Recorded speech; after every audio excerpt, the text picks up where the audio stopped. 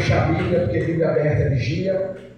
Eu tenho aqui nessa noite o capítulo 8 do Evangelho de Mateus. E eu gosto demais do evangelista Mateus, porque Mateus foi um dos discípulos que era diferenciado. Ele tinha algo diferente. Eu não sei se foi porque ele era publicano e Jesus resolveu chamar ele para caminhar do lado dele. Mas é bem verdade que essa história aqui do capítulo 8, ela não começa no capítulo 8. Essa história começa um pouco mais lá atrás, se eu não me engano, no capítulo 5 do Evangelho de Mateus. Vê na sua casa. Capítulo 5, Jesus está em cima do monte, está pregando as bem-aventuranças, ou o sermão da montanha, como você queira falar. Jesus está pregando e ele começa a pregar no capítulo 5.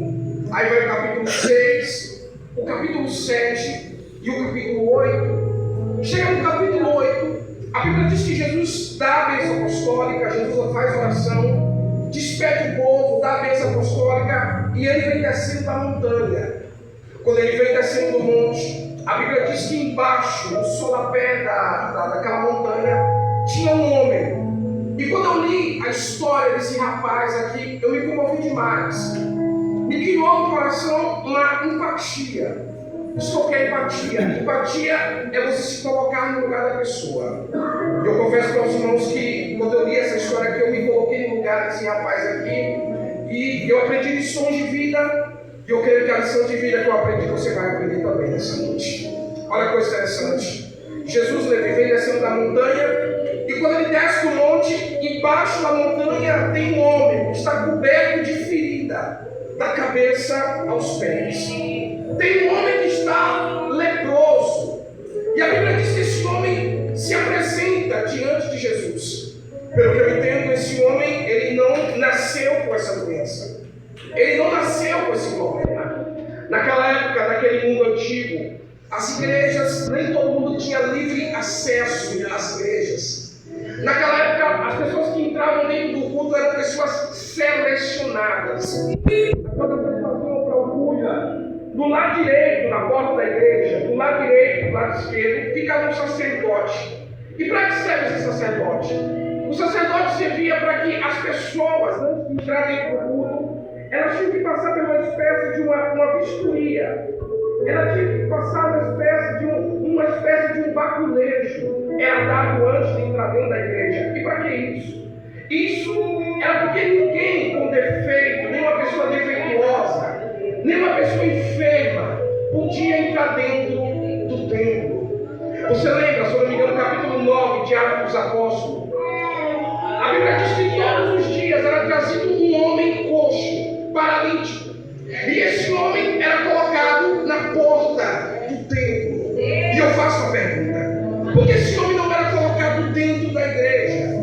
Porque esse homem era deficiente. Esse homem tinha suas dificuldades. As pessoas pegavam ele de casa, em vez de colocar eles dentro da igreja, comportar, e quando terminasse o culto, levavam ele para casa, eles pegavam um homem que era deficiente, era paralítico, e colocavam na porta da igreja. Por que não colocavam o homem dentro? Não colocavam dentro da porta da igreja. Era porque eles acreditavam que o templo era um lugar tão santo. O templo era um lugar tão sagrado. O templo era um lugar tão abençoado que as pessoas enfermas não podiam entrar dentro do culto. Ou não poderiam entrar dentro da igreja. Da porta da igreja para fora podia ficar, mas da porta para dentro eles não podiam entrar. Você lembra quando Salomão edificou o primeiro templo? Se não me engano, Crônicas. Quando Salomão edifica o primeiro templo, a história diz que Salomão ele colocou tudo do bom e do melhor naquele templo. Salomão, quando ele construiu o templo, ele colocou duas colunas na frente do templo. Você não uma coluna de cobre e uma coluna de ouro. A história diz que quando os viajantes, os pecadores passavam na frente daquele templo que Salomão edificou, eles ficavam tão embasbacados, eles ficavam tão perplexos pela beleza que aquele templo trazia. Eles ficavam tão maravilhados com a suntuosidade daquele templo, que a história de quando os pecadores passavam, isso aí não é um templo de tão bonito que era. Isso aí não é uma igreja de tão belo. Salomão edificaria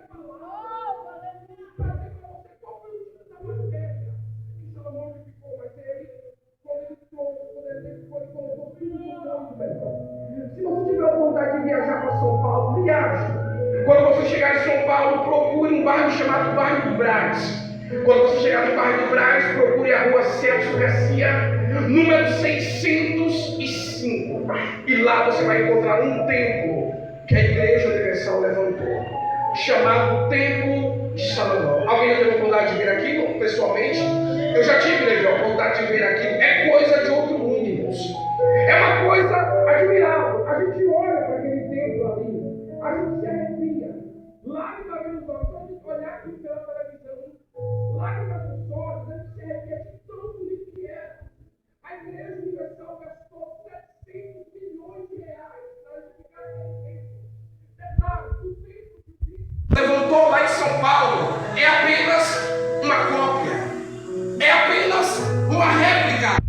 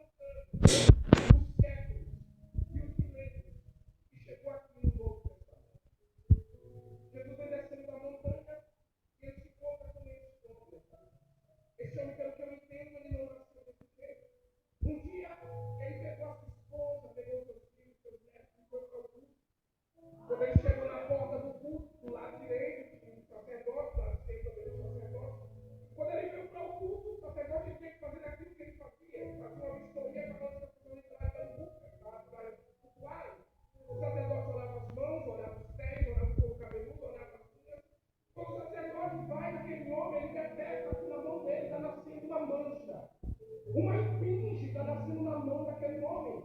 Como a fila era muito grande, o sacerdote tinha que ser muito baixo, o sacerdote tirava o homem da fila e pedia para que ele fosse para a secretaria da igreja, para que mais tarde o sacerdote analisasse com mais precisão que tipo de enfermidade era aquela que aquele homem tinha. O sacerdote, quando todos entravam da igreja, todos confortáveis, eu estou descendo a história de propósito, para que você entenda onde eu quero chegar. Quando todos estão dentro da igreja, confortáveis, o sacerdote vai até a secretaria da igreja, o sacerdote ele pega uma agulha e ele começa a perfurar a indígena. E ele pergunta se precisa alguma coisa, ele não sinto nada. E ele vai perfurando, e agora, se sente alguma coisa, não sinto nada. E ele vai perfurando, e agora, se sente alguma coisa, também não sinto nada. O sacerdote chega à conclusão: esse homem está enfermo, esse homem está doente. Esse homem carrega com ele uma praga. Ele não pode mais voltar para casa. Ele não pode mais voltar para o seio da sociedade. Esse homem está leproso. E que conhece essa doença chamada lepra. É uma doença que o sacerdote tirava as roupas dele e vestia ele com roupas de saco. O sacerdote pegava uma faca, uma navalha, raspava a cabeça, raspava a sobrancelha. Colocava um sino no pescoço dele, esse sino servia para quando ele ficasse fazendo a ele tinha que tocar o sino. Quando as pessoas ouvissem, se ligavam, as pessoas saíam na frente, porque estava vendo um homem aí que carrega uma praga.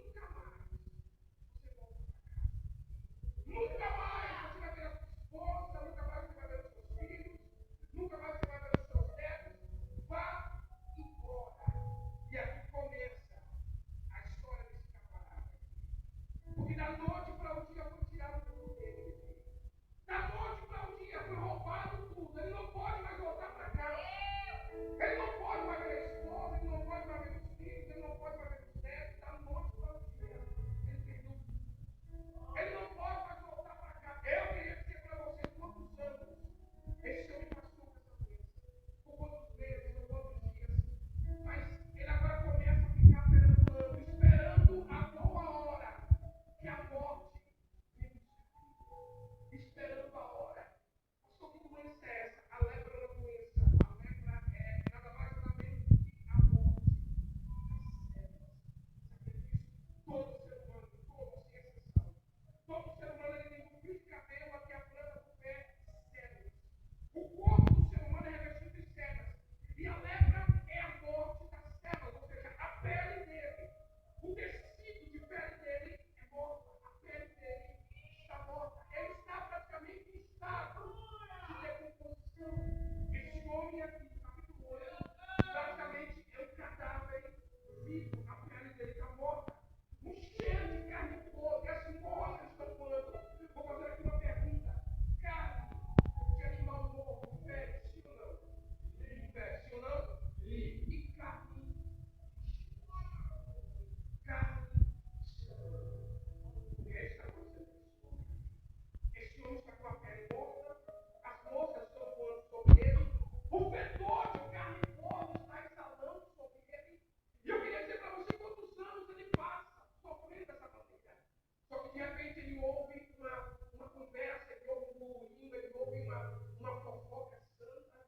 Pastor, fofoca santa aí, tem fofoca que é santa, irmãos. Ah, pastor, mas fofoca não presta, fofoca acaba casamento, escolhe o noivado, aquela fofoca. Mas essa aqui, essa é santa. Pense uma fofoca abençoada é essa que pessoa estudou.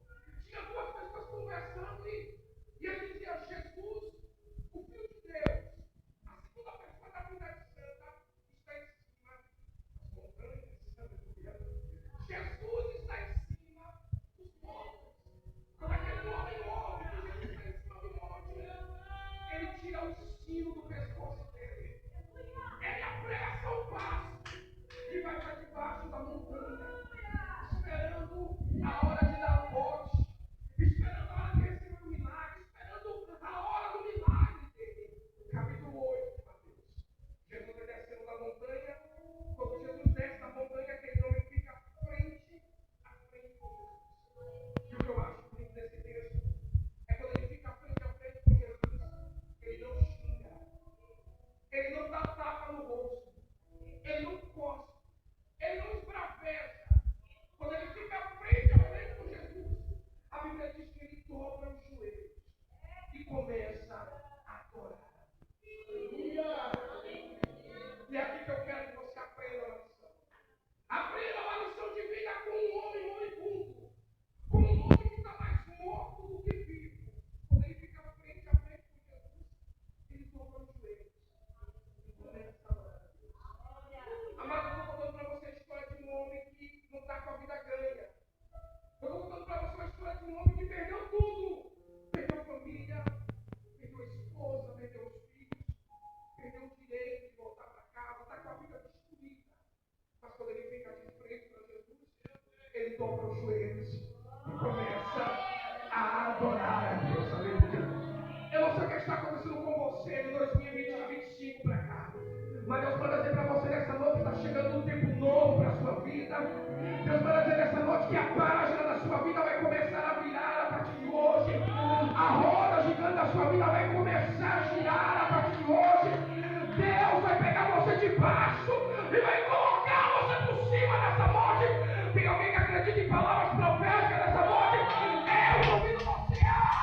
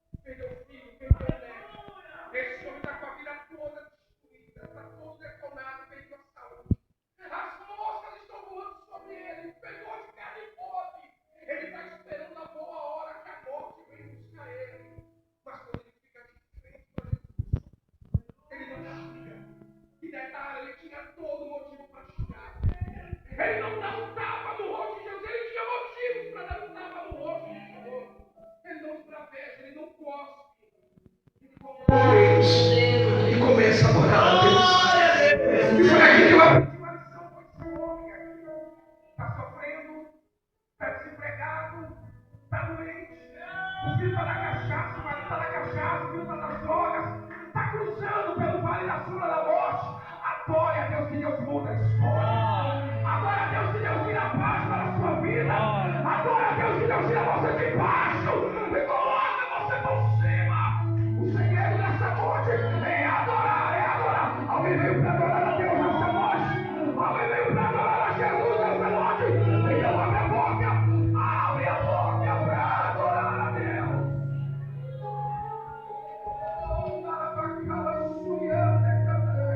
Levante o dedo para cima, levante o dedo para cima. Aponte para essa pessoa que está perto de você, do seu lado. Aponte para ele. Espelhei, amada. Espelhei, amado. Você está ouvindo a palavra? Está ouvindo aquilo que o pastor está falando? Espelhe, essa palavra é para você nessa noite. Espelhe, Deus está falando com você nessa noite. Ele está falando com você nessa noite.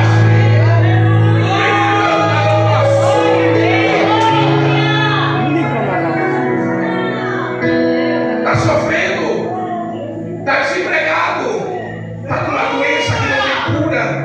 O filho está nas drogas, o marido está na cachaça, o filho está no presídio. Pastor, o que é que eu faço? Simples, já foi cantado aqui. Adore a Deus. Adore, cante. Já o Senhor te militar aqui. Quem canta os seus males espantas. É você cantando e Jesus trabalhando. É você cantando e Jesus ele movendo os céus. É você cantando e Jesus pegando o crente, fazendo a hora de toda a sua vida. O segredo dessa noite é você cantar a Deus.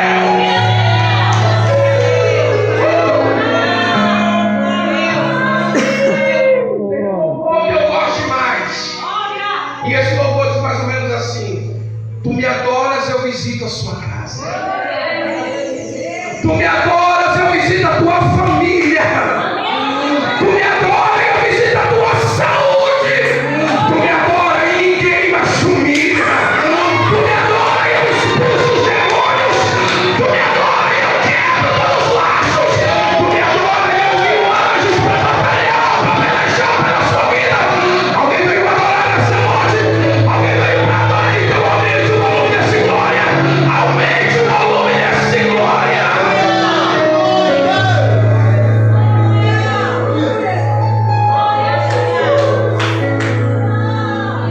Eu termino aqui. Esse homem está sofrendo. Ele está doente.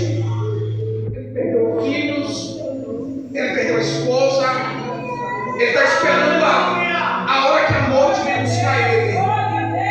Mas quando ele fica de frente para Jesus, ele cai de joelhos na frente do Senhor. Começa a adorar a Deus. Pega essa lição nessa noite. Não sei o que está acontecendo na sua casa, lá no seu trabalho, lá na sua escola. Eu não sei o que está acontecendo, mas Deus manda você cantar. Canta, canta, adore. Ah, pastor, falar é fácil.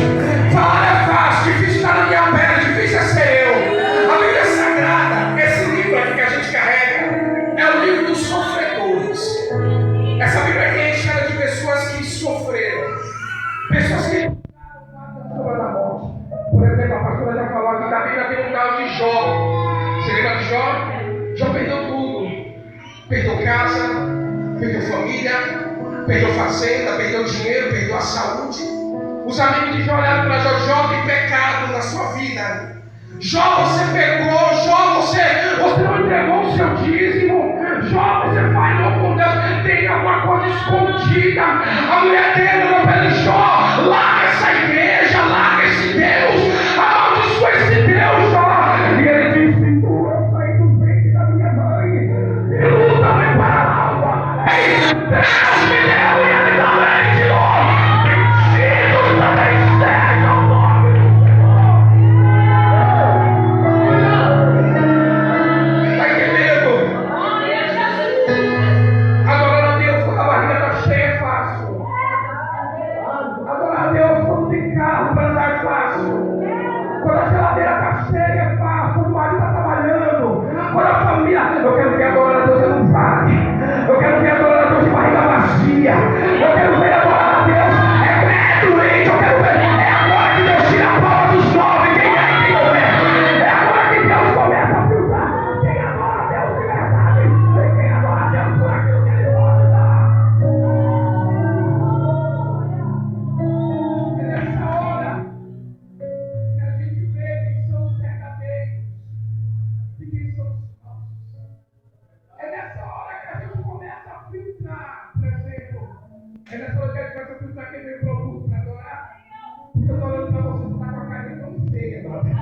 Eu já estou quase 15 minutos comigo falando. Você está com a carinha de velório. Você está com a carinha de quem ficou com as amigas. Você está com a carinha de quem comeu de nossa lição. Uma carinha de morto vivo. Aqui não é lugar de morto. Os mortos não estão aqui, pastora. Os mortos nessa hora estão nos bate-costas, estão nas cerestas, estão injetando todas as veias. Aqui não é lugar de gente morto. Aqui é lugar dos filhos. Cadê os seus?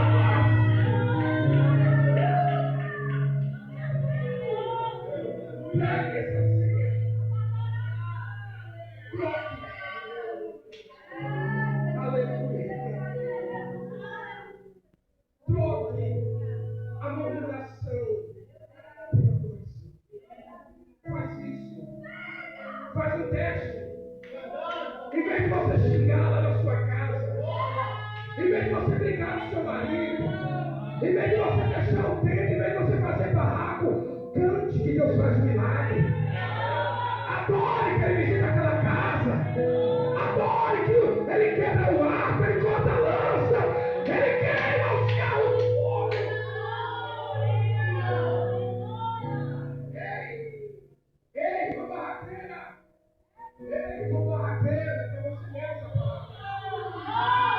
que gosta de fazer barraco, você que gosta de fechar o tempo, você que gosta de descer do salto, você que gosta de quebrar tudo, ei, barraqueira, troque o barraco, troque os escândalos, troque a briga, troque tudo isso pela adoração. Em vez de você fechar o tempo lá naquela casa, Deus faz milagre. Termino aqui. O fedor de carne podre foi embora. As moscas foram embora. As feridas também foram embora. Eu imagino um abraço de Jesus com ele, lágrimas nos olhos. E Jesus diz uma palavra que é interessante, pastores. Jesus diz assim: moço, antes de você ir para casa, vá no templo, ô glória. Não vá para casa agora. Antes de você ir para casa, passe primeiro lá no templo e apresente a oferta que Moisés determinou. E eu parei e perguntei a Deus: Senhor, já tinha muitos anos que esse homem não via a família. Era o certo, ele recebeu o milagre, ele corria para casa. Era o certo. Dá um beijo na esposa, vê os filhos, recebe o milagre, corre para casa para contar o milagre. Mas não vá para casa agora. Antes de você ir para casa, passe primeiro lá no templo e mostre o que eu fiz. Eu quero ver se você prestou atenção na minha chave. Quem era que raspava a cabeça do homem? Quem é que raspava a cabeça dele? Quem é? Quem colocava um sino no pescoço dele? Quem raspava a sobrancelha dele? O sacerdote disse: nunca mais você volta para casa. Nunca mais. Aí Jesus disse: dê uma passada lá naquele lugar.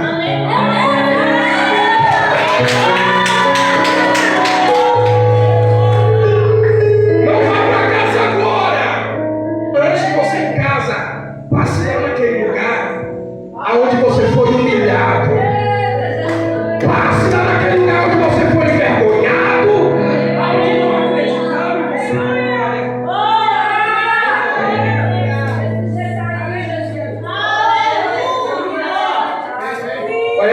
Vai adorando isso.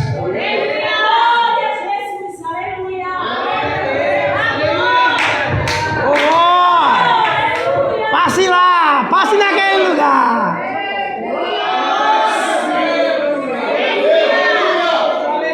Passe lá, passe lá.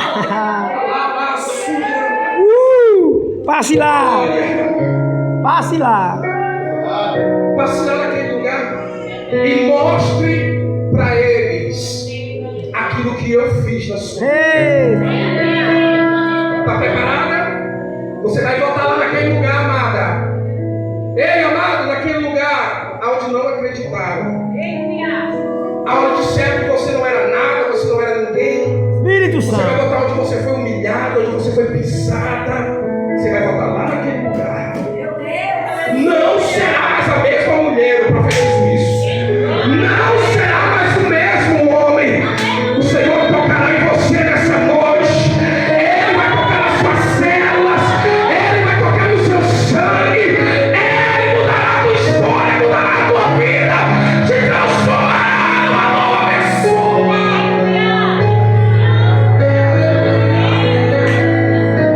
No lugar da sua vergonha, eu te darei dupla honra. Aonde foi envergonhada. Toda vez que eu falo sobre isso, e eu encerro aqui de verdade, eu lembro de algo que aconteceu comigo há quase, 20 anos atrás. Eu aceitei a Jesus muito novo, vim para a igreja com 7 anos de idade. Eu me afastei do caminho do Senhor, tinha 16 anos de idade. Voltei para a casa de Jesus, eu fiquei 5 anos longe de Jesus. Voltei para Jesus em 2004. Quando eu voltei para a igreja, não sei se para minha alegria ou para minha tristeza, eu voltei dentro de uma igreja que era altamente conservadora. Não sei se os irmãos já ouviram falar sobre isso. Ser conservador, eu sou conservador, mas tem pessoas que são extremistas. Tem pessoas que são altamente conservadoras. Eu fui para uma igreja dessa, tudo era pecado. Tudo era pecado. E eu cheguei nessa igreja, tinha um grupo de jovens, acho que tinha mais de 25 jovens. E na mente daqueles meninos só tinha duas coisas: ler Bíblia e orar. Ler Bíblia e orar. Os meninos só faziam isso. Um mês que eu estava naquela igreja, me convidaram para cantar no grupo dos jovens. E eu sempre fui uma pessoa sempre influente, comunicativa. E os meninos só sabiam ler Bíblia e orar, agora não queriam mais orar. Não queriam mais ler a Bíblia. Os meninos agora queriam jogar bola. Os meninos agora queriam jogar videogame. E o pastor olhou isso, o pastor falou em nome de Deus, em nome de oração. Ele começou a observar que os meninos não iam mais para a escola bíblica dominical. Os meninos não iam mais para o culto de oração. Estava faltando muitos jovens. Depois que eu entrei naquela igreja, o pastor, homem de Deus, ele detectou que tinha um problema. E o pastor disse: tem uma ovelha negra no meio do meu rebanho. Ele disse: tem um fruto podre, estragado no meio do cesto. E antes que o fruto podre estrague os demais, eu pego ele e jogo ele fora, para que ele não contamine os demais.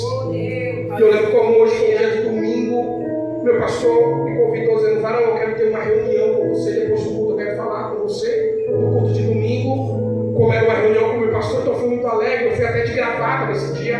Coloquei um preço, coloquei uma gravata, porque eu ia ter uma reunião com o meu pastor. Imagina, na inocência, novo convertido, um mês que estava na igreja, querendo me libertar das drogas, querendo me libertar da prostituição, querendo me libertar dos vícios, das mazelas.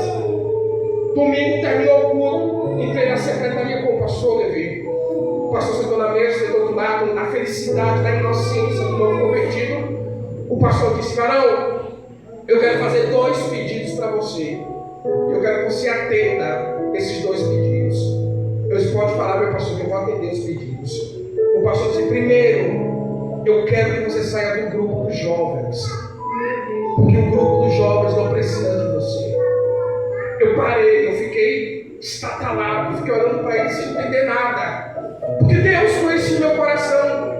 Deus sabia que eu não queria influenciar ninguém para as coisas ruins. Se eu não puder ajudar a atrapalhar, também não atrapalho ninguém. E ele disse: segunda coisa, eu queria que você se retirasse da igreja, porque essa igreja não precisa de você. Já vai expulsar alguém da igreja? Já vai expulsar alguém da igreja? Igreja é um lugar público, é um lugar aberto. Igreja ninguém expulsa, nem cachorro você pode expulsar da igreja. Mas o pastor expulsou da igreja. Eu fiquei olhando aqui, não estava entendendo nada. Terminou a reunião, eu saí daquele culto chorando. Eu tinha uma Bíblia que eu ganhei, eu tenho essa Bíblia até hoje. Um varão veio me acompanhando, eu peguei aquela Bíblia e joguei fora. E eu dizendo: eu não quero mais isso. Porque disseram para mim que igreja era um lugar de abraço. Disseram para mim que igreja era um lugar de amor. Disseram para mim que igreja era um lugar de acolhimento. Aleluia! Mas o pastor, o primeiro que deveria acolher, foi o primeiro que me expulsou da igreja. Eu não quero mais, eu não quero. E o varão vinha me acompanhando: não, varão, Deus vai dar outra direção, Deus vai mandar o pastor da igreja para vocês. Eu não quero mais, eu não quero mais sair daquele culto destruído por dentro. Cheguei em casa, joguei em cima da cama, não sabia chorar. Eu perguntava a Deus o que eu tinha feito, o que estava acontecendo. Eu passei a noite toda chorando. De repente eu ouvi uma voz. E a voz dizia para mim, dizendo assim: meu filho, fica na minha casa. Permaneça na minha casa, meu servo. Porque no meio dessa vergonha, eu te darei dupla honra. Eu chorei a madrugada toda, fui vencido pelo cansaço, dormi. Acordei no outro dia. Eu tinha 1000 motivos para largar Jesus, mas eu não larguei. Eu saí daquela igreja, mas eu não saí da presença de Deus, continuei na presença do Senhor. Aleluia. Eu estava com tanta raiva, eu estava tão revoltado, eu estava com raiva da vida, eu estava tão revoltado, que eu peguei todos os recursos que eu tinha, e eu me empenhei aqui. Eu já li esse livro todo 2 vezes. Eu estudei, eu me apliquei, todos os recursos. Lá em casa eu tenho uma montanha de livros, recursos que eu me apliquei. Eu estudei, fui ungido a pastor. Prego todos os dias. Sergipe tem 75 municípios. Deus já me deu 68 cidades sergipanas e 5 federações brasileiras. Eu me apliquei, o tempo passa, já disse o último ditado, que quem bate, esquece. Quem apoia, não esquece. Naquela época não tinha WhatsApp ainda. E os convites, eu sei que naquela época, os convites eram através de carta. Eu tinha chegado do trabalho, minha mãe disse, olha, tem uma carta para você, tem um convite para você. E eu abri o convite, quando eu abri o convite, eu vi o nome da igreja. Quando eu vi o nome da igreja, as pernas começaram a tremer. Quando eu olhei embaixo, eu vi o nome do pastor e o coração bateu forte. Quando eu vi embaixo, eu vi o nome do coordenador do grupo da mocidade, que era o filho do pastor. Aí o coração queria sair pela boca. Era a igreja onde fui expulso. E no convite dizia bem assim, nós queremos ir no dia tal, você venha ministrar a palavra, vai ser um culto dos jovens, uma passada dos jovens, e você será o ministrante da noite. Eu parei, olhei para aquela carta, lembrei daquilo que o pastor tinha feito comigo. A vontade que dava era de pegar aquele papel, amassar e jogar fora e mandar o pastor para o raio que parta ele. Mas eu parei, eu disse, Senhor, o que é que eu faço? Eu estou magoado, Senhor, o coração está machucado ainda. O que é que eu faço? E o Senhor disse, vai, porque eu serei contigo. Vai, porque eu te usarei lá naquele lugar. Naquela semana eu me preparei demais, eu subi um monte, eu orei, eu consegui, eu preparei uma palavra. Cheguei no culto, quando eu cheguei no culto, me recepcionaram, me trouxeram para o altar. Do lado da minha mesa tinha uma mesa parecida com aquela ali. Em cima da mesa tinha água de coco, olha, água com gás, água sem gás, água mineral. E eu pensei assim, meu Deus, quem bate, esquece. Quem apoia, não esquece. Oraram por mim, me entregaram a palavra. Eu comecei a pregar. A glória do Senhor tomou conta daquele lugar. Jesus começou a curar. 14 vidas naquele dia aceitaram a Jesus. Eu terminei a mensagem, virei para entregar o microfone para o pastor. O pastor estava com as duas mãos no rosto, chorando. Chorava de soluçava. Esperei terminar aquele clima de adoração. Entreguei o microfone para o pastor. O pastor em soluço, ele disse, gente, eu quero fazer aqui um meia-culpa. Eu quero fazer aqui um pedido de perdão. E ele pediu para eu ficar de pé. Varão, ficar de pé. Ele disse, quem conhece esse moço aqui? Alguém conhece esse rapaz aqui? E quem era do meu tempo que tinha aceitado, alguns lembravam de mim. E o pastor diz, esse moço aqui, eu expulsei ele da igreja. O pastor diz, eu não tive paciência com ele.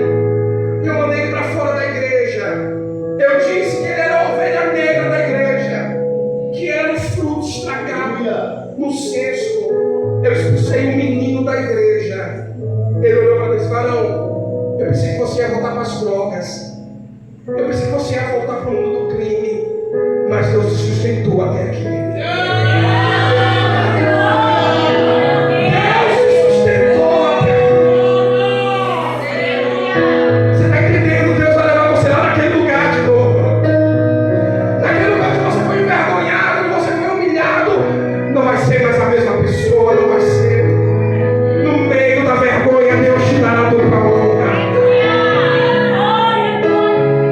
Fique de pé. Eu quero orar para a sua vida.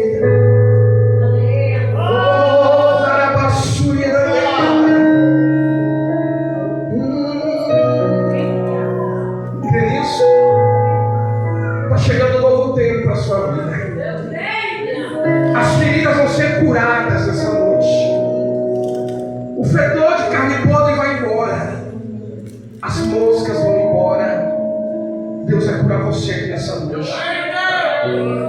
Coloque as suas mãos no seu peito, as suas mãos no seu coração.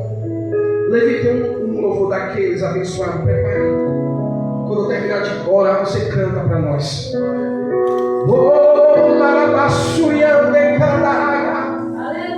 Coloque as suas mãos no seu coração. Deus está te curando aqui nessa noite. No meio da vergonha eu te darei dupla honra. O pastor que me envergonhou lá hoje não está mais entre nós, já dorme no Senhor.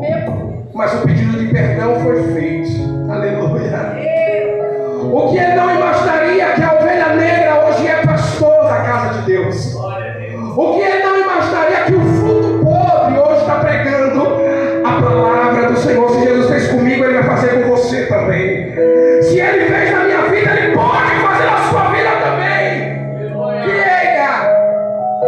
sua vida vai dar um giro 365 graus.